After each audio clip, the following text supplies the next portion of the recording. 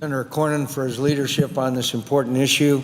I want to thank Senator Klobuchar, who I have enjoyed working with on a related bill, the Stop Exploitation Through Trafficking Act, which I hope will also be considered during the course of this debate.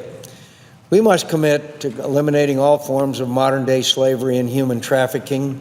These are horrendous crimes that undermine the most basic human right of freedom and, sadly, target the most vulnerable and at-risk individuals in our society. For too long, we in the United States have assumed this is a problem for others, but not for ourselves.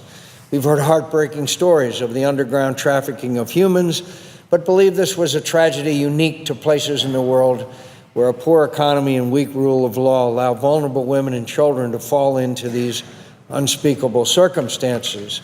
This is no longer the case.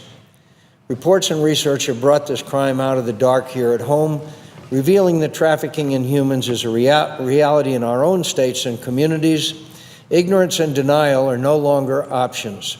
I'm proud to support the legislation we're considering today, which would improve services and restitution available to victims of human trafficking.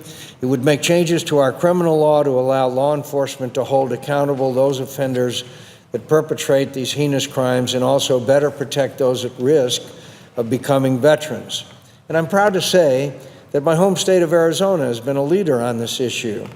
In April 2013, then Governor Jan Brewer launched a task force on human trafficking, which brought together local policymakers, law enforcement, nonprofits, think tanks, and universities in Arizona to examine the issue and explore ways to reduce trafficking and protect victims.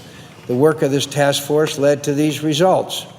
In 2014, the Arizona Human Trafficking Council was established to build on the efforts of the task force in the longer term by improving the state's awareness of human trafficking, promoting cooperation among law enforcement, state agencies, and the community, and improving victim services.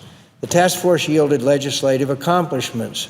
Based on recommendations of the task force, Arizona passed a law in April 2014 that increased penalties for traffickers, makes it easier for prosecutors to hold accountable those engaged in prostitution with a minor, and protects victims' identities in criminal proceedings.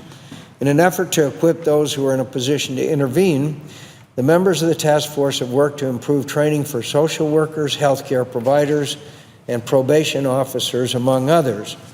These efforts provide them with the knowledge and tools needed to stop this exploitation and connect victims with resources to help.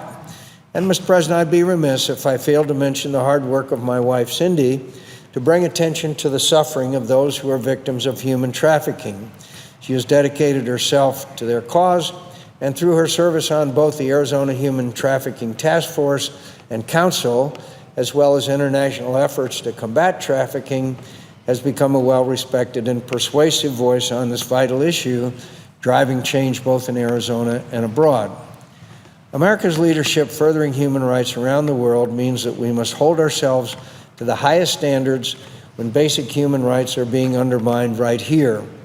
I am grateful for the Senate's action on this. We must commit to continued efforts to restoring the freedom of those caught in the horrors of modern slavery and eliminating this crime wherever it occurs.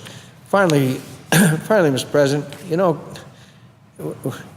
here in the Senate, we have gridlock on numerous issues. There are differences of opinion and philosophies. How in the world have we got differences on an issue such as this? Is the issue of right to life or abortion such an overwhelming issue that we can't address an issue which has the most egregious crimes against innocent women and children? This is really not an honorable time or a laudable time for the United States Senate. We should be taking up amendments and passing this legislation today. So we're letting the issue of partisanship and about really an issue that has been discussed and debated and will be many times in the future prevent us from moving forward with this legislation. It's not honorable. It's not honorable for us to hold up this legislation because we have a difference on the issue of abortion. And for my friends on the other side of the aisle, I say to you, let's not let this issue prevent us doing the right thing here. Mr. President, I yield the floor.